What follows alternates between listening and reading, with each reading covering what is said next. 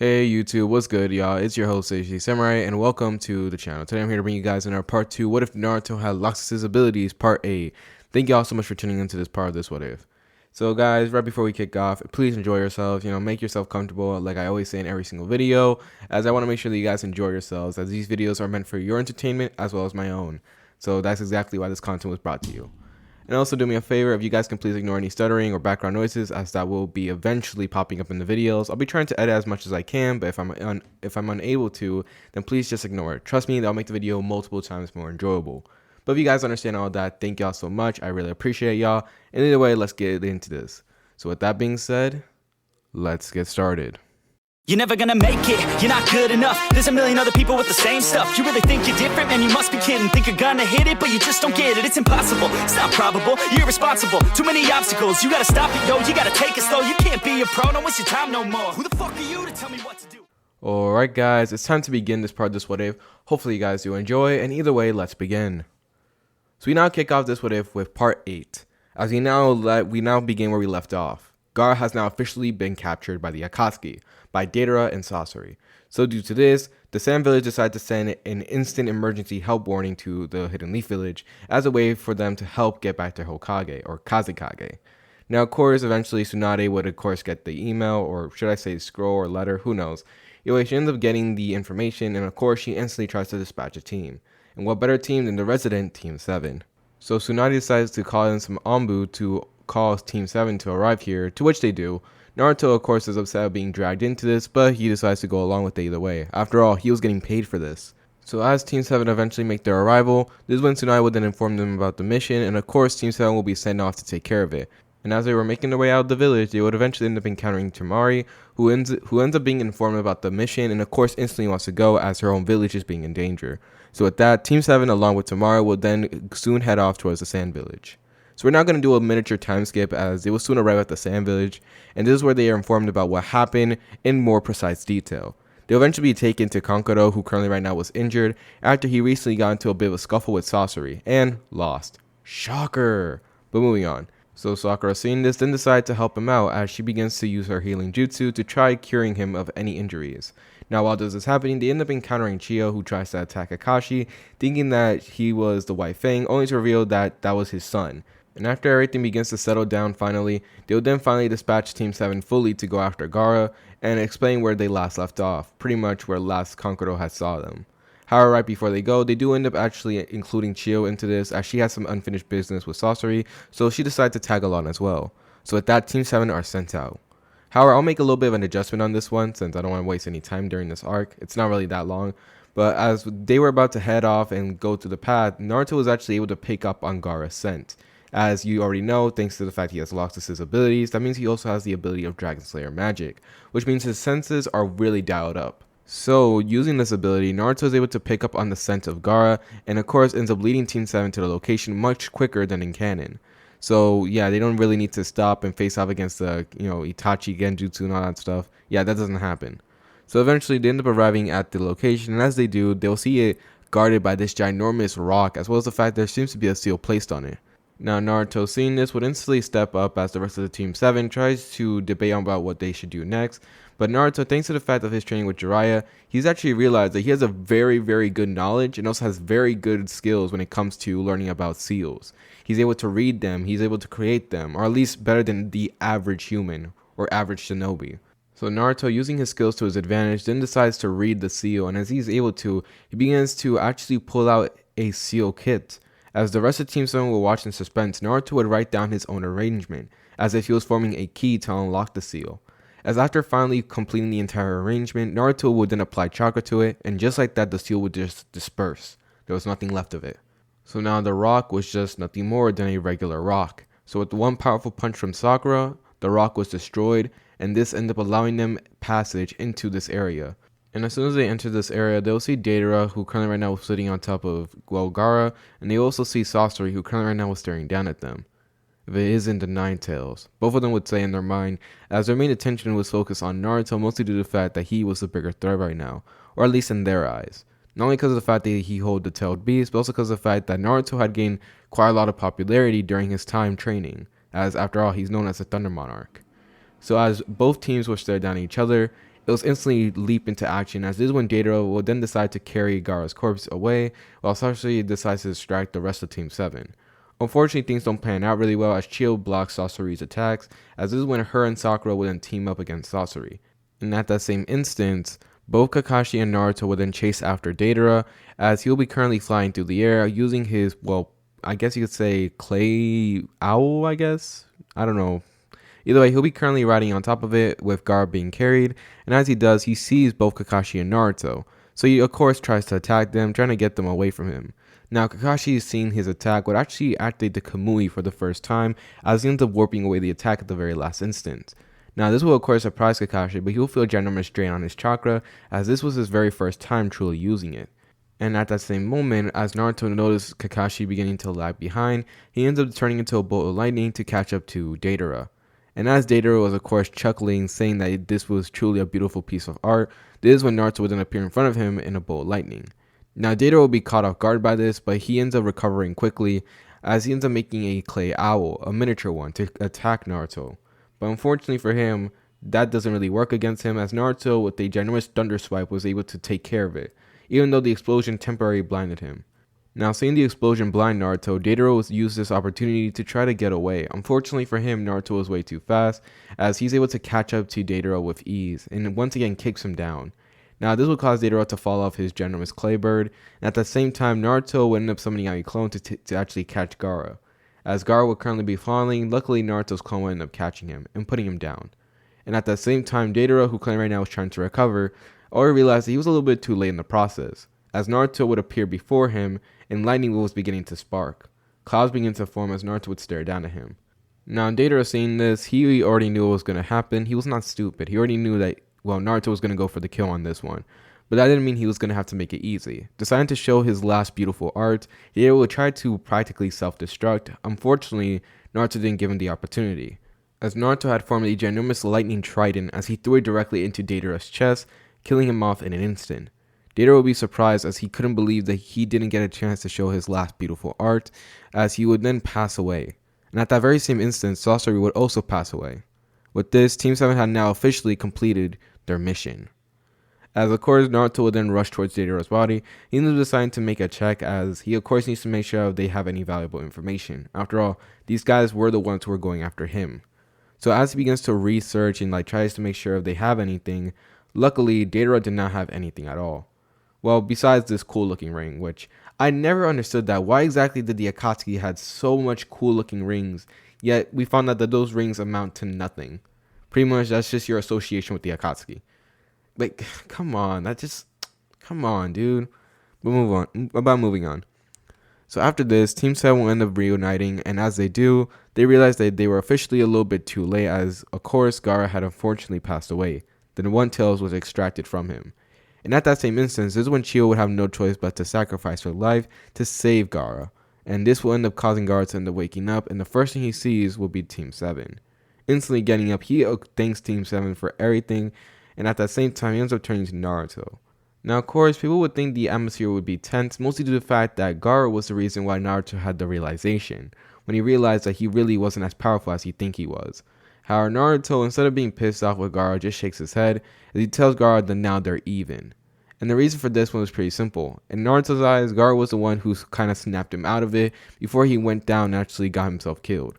You gotta realize, Naruto was really pushing his luck by saying hey, I'm powerful enough to do this, I'm powerful enough to do that, I can do everything on my own. But now, thanks to Gaara's help, even though it did cost him and also cause his home to be destroyed, at the end of the day, so much good came out of it. So at the end of the day, he would think that this would be a way of him and Gaara now being at equals with each other. Now Gaara, of course, hearing this would be in shock, but he smiles as he shakes his head and tells Naruto that he's sorry about the event, with Naruto just shaking his head and walking off. As we can now move forward once again.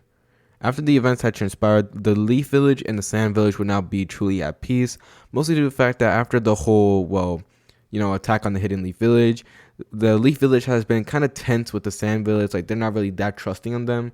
However, luckily now they seem to have grown and now actually are fully with the peace treaty.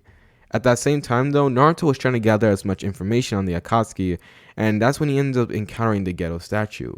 He ends up attempting to read the seal on it, however, unfortunately and to his surprise, he can't exactly read it fully. You can read at least some parts of it, but the rest of them, they were way too old for him to understand. This thing was very ancient, and it honestly surprised Naruto as this was the first time he ever stumbled upon something that he couldn't understand. So with this made Naruto feel anxious, but the most he can understand was this was their way of extracting the tailed beast. That was the only thing he can understand from it. Now, of course, Naruto would think about trying to destroy it, but at that same time, how exactly can you destroy something like this? Naruto can't exactly unseal it like he did with the seal earlier. This thing was on a completely different level to his knowledge. So with this, Naruto decided that at some point in time that he was going to return back to it, or at least he was going to have to sit here for multiple days to study it. But unfortunately, he had to go now because of the fact that, well, he had to return back to the Hidden Leaf Village. So, yeah. But now Naruto has something to look forward to. So we can now move forward once again. Right now, currently at the Akatsuki base, you will see all the members, or at least what's left of all the members, currently right now sitting down as they begin to analyze about the information they just been reported about. This was of course by Zetsu. And after being informed about the information, the Akatsuki had no outward reaction, but at the same time, the same could not be said for Pain. As for Pain himself, although he was trying to keep his cool, he had to admit this wasn't exactly part of his plan. He did not expect the Nine Tails to be exactly that powerful. Or at least he understood that he was going to be powerful as he knew the title that he had was not for show, but he didn't really expect him to beat both Deidara or Sasori. So with this caused him to actually try thinking of a way to adjust or move around this. And eventually, he would find a solution to this as he tells them another plan that he has, a way to work around this, and also a way to take care of the Nine Tails. As we now move on to the next arc, the long-awaited reunion arc. Now, of course, this arc was originally supposed to make it to where Team 7 would find information on Sasuke, and pretty much for us, the viewers, to find out exactly what happened to Sasuke or how strong he was. But since Sasuke has been spending his time in jail and in the custody of the Hidden Leaf Village, this does not happen. Instead, Tsunade is actually informed by Jiraiya himself that he recently had found one of the bases for Orochimaru, and at that same time, he also found information about where Orochimaru was headed. And of course, hearing this, Tsunade then decides to send, Team 7, mostly due to the fact that Team 7 has been completing missions very well, and this is when she realized that Team 7 never once failed a mission. So she's expecting them to actually capture Orochimaru and return him back to the Hidden Leaf Village, so that way they can decide his fate. And at that same time, we will now turn our attention to Naruto, who currently right now was sitting at his new favorite spot, Ichiraku Ramen. Now, I'm not going to explain much about how Naruto found this place, but to put it more simply, Naruto got hungry one day, and he wasn't in the mood to really go out there and just hunt down animals, surprisingly, so he decided to wander around the village, mostly due to the fact that Tsunade was bugging him. And eventually, one thing led to another. He found Ichiraku Ramen, tasted the ramen, and he'd been exposed to a new addiction, ramen. And unfortunately, Naruto, no matter how hard he tried to fight it off, he just can't get rid of it. It's not mandatory that he at least has one bowl per day. So after Naruto was done eating his ramen, this is when he then feels a tap on his shoulder, and instantly he turns to give the person a pissed off look, only to see that it was an Anbu. Great. With that, Naruto ends up putting down the ramen. He ends up paying to Yuchi and his daughter, to which they will both appreciate Naruto, mostly due to the fact that they never really had that much of a problem with him. He was a good kid, he was responsible, and while yes, although he was quite antisocial in the beginning, they seen him grow and mature. They just wish they were able to help him out much sooner. So with that, Naruto ends up blitzing off in a bolt of lightning, and as he does, he ends up appearing in front of Tsunade, to which she informs him about the mission. And with Naruto, of course, asking if he was going to get paid for this one, to which she said yes, Naruto then decides to find the rest of Team 7, as well as the fact that Tsunade had registered him with another person, this being Yamato and Sai. So I'm going to move forward to that. So eventually they end up meeting up with the rest of the team members, this being Yamato and Sai, along with Sakura, and just like that, Team 7 were then sent out to find Orochimaru and to capture him. And at that same instance, during the time of traveling over there to Orochimaru, Naruto, he wasn't really talking much, but Sakura and Sai have been talking to each other, and instantly Sai did not make a good impression on Sakura, mostly due to the fact that the man was very blunt, and also because of the fact that he really did not care how his opinion affected others. So of course Sakura really did not like him, but at the end of the day, he was a teammate, so they had to move on with it. So eventually, after traveling for a while, Team 7 would arrive at the location Orochimaru was supposed to be at. And at that same time, this is when Yamato will then transform into Sasori as he tries to pretend to negotiate a deal with Orochimaru. However, right before the deal could actually be completed though, this is when suddenly Orochimaru would then suddenly end up attacking Sasori, or Yamato in this case. As the disguise will be of course be exposed, this will cause Yamato to call out for the rest of the team, which they end up making their appearance known. Now of course, seeing the rest of the team, Orochimaru is amused by this until he sees Naruto, and instantly he gets memories about everything Naruto did during his younger years. He also ends up getting memories of when he found out about Naruto's growing strength. After all, he was there pretty much reading every single day about the Thunder Monarch, and now he was making his appearance known, about all the missions he done, all the feats he accomplished, and this just pissed off Orochimaru as he gets reminded almost practically every single day about what this kid had accomplished, and also what this kid did to him. So as they both stared at each other, this is when Orochimaru would then instantly try to attack them. He ends up forming a ginormous blade out of his mouth as he ends up shooting it towards Naruto first. Naruto, seeing this, will dodge out the way. However, the sword would just continue on, causing a ginormous amount of destruction behind him. With that, the rest of the team began to try to jump Orochimaru. Now, of course, Orochimaru ends up fighting the rest of the team, and instantly, it is very clear to say Orochimaru does not stand a chance. With Sakura, of course, continuously attacking him from different directions, and Yamato trying to restrain him, and at the same time, Sao is also sending out, mid to long range support. With Naruto being also a close combat fighter, things were very much not with Orochimaru's favor. After a while just continuously fighting them, he realized that this was just a losing battle, and even right now he was currently not prepared for this. However, this also made Orochimaru realize that he needs to make sure that his plan ends up being accomplished soon, or else he could end up being destroyed by the Hidden Leaf Village before he even gets a chance to fight back. Seeing as the Hidden Leaf Village was growing in power, this means that Orochimaru needed a way to keep up with them. So that means the only way he can keep up with them was by gaining the power that he desired. But unfortunately, he wasn't that many steps ahead for this plan yet. So realizing that he was fighting a pointless battle, Orochimaru would try making an escape. As after one last attack from Sakura, he's able to poof away and actually substituting himself with a log as he ends up slithering away through the forest. Now Naruto is able to pick up on Orochimaru's location as he ends up dashing forward at blitzing speeds, surpassing the rest of his teammates as he ends up chasing after Orochimaru. However, Orochimaru was a snake for a reason as he ends up slithering away as quickly as possible, before finally he ends up losing complete track of him. Now Naruto would sigh considering the fact he can't exactly sense Orochimaru except by entering Sage Mode, and that would just be a hassle. So as Naruto will begin to look around the area, this is when he actually begins to find a base that they actually never found out about. The base that Jiraiya had found was different from the one that he found for Orochimaru. This seems to be a new base. And just as that moment, the rest of Team 7 would also end up arriving, as they will see this base as well, as even though they were not able to catch Orochimaru, they have been able to find a new base. That means new base, that means new information. And with information, that means you can capture him much sooner. So with this, Team 7 will begin to raid the base as they begin to find and clean out all the information from it. During this time, Naruto will begin to go through investigations, finding out as much information about what's Orochimaru's next plan, or whatever type of schemes he has in the closet. And after a while of finding things, he actually does pick up on some particular information, as he ends up reading about a Bone Kekkei. Now this would interest Naruto a lot, as the ability of a Bone Kekkei seems very, very outlandish, yet Orochimaru seems to have collected someone who actually has the ability. And just as he was about to study even more information about who this Bone Kekkei user was, this is when suddenly they would then hear a loud banging. Naruto would investigate where the banging was, and as he enters, he ends up seeing a bunch of people who had been captured by Orochimaru. Now the people would stare at Naruto in fear and everything, but that's when Naruto then realized that all those logbooks where it showed people with different abilities or Gekkegenkais or really anything at all that they had, he realized that it came from these people.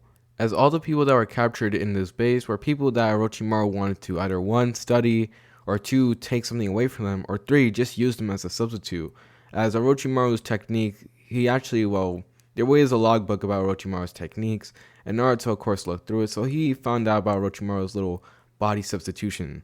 So of course seeing this, Naruto actually felt a little bit of pity for the people, but he decided that he was going to help them out nonetheless, as the people would at first fear Naruto would actually begin to cheer him on, as he ends up freeing and saving every last one of them.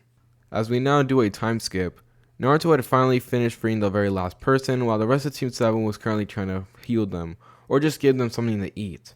These people looked like they had been stuck in there for a long time, as Sakura would be there trying to give medical help, or just trying to give them food in general. And at that same time, Yamato was currently calling for, ninja reinforcements, mostly due to the fact that, these people need help, and they're so far the only ones that can help them. So at this, Shinobi begin to arrive on the scene as they actually begin to help out the people, and seeing the fact that they no longer have a home to go, mostly due to the fact that, well, Orochimaru had taken them away from their home, and their homes are like very far away, like considering their old lives like gone. This ends up having them no choice but to move towards the Hidden Leaf Village. So with this, the rest of the survivors were currently being taken in by the Hidden Leaf Village as a way for them to relax and actually enjoy their new home. And at that same time, Naruto was collecting information, anything left that Orochimaru had. Now most of it was just the same thing, talking about different Kekkei Genkais or Jutsus, but this is when Naruto would then stumble upon something. At this, it seemed to be information on the Sharingan, and it seemed to be like a logbook, as Orochimaru was beginning to describe something about Mangekyo and something about the internal Mangekyo. This really interested Naruto like a lot, as he wondered exactly what Orochimaru was planning until finally he ended up bringing up the two names of the only two Sharingan users that Orochimaru ever heard of, this being information about Sasuke and Itachi. And realizing that Sasuke's name was being brought up multiple times, that's when Naruto then realized his next target was on Sasuke. So guys, what do you think is going to happen now that Naruto knows about Orochimaru's latest project? And also, what do you guys think Akatsuki's next plan is now that Naruto has been foiling some of their plans? Well, it's your host HD Samurai, and he's going to have to tell y'all that you're going to have to find out in the next part, mostly due to the fact that your boy is, well, done with this part of This What If. Yeah, this is wrapping up part 8. Hopefully you guys do enjoy this part. I know it's like very short, but at the same time, like I said, I won't be making as long videos as I used to. Okay, because I'm busy. But still, guys, thank y'all so much for your help. You guys have been amazing with it, and hopefully you guys will continue to do so. Type down below what you guys want to happen in the next part, or any assumption, or any new what ifs ideas. I always read y'all comments. It's very entertaining. But besides that, guys, is your host HD Samurai, and he's signing off. Peace, and have a lovely day.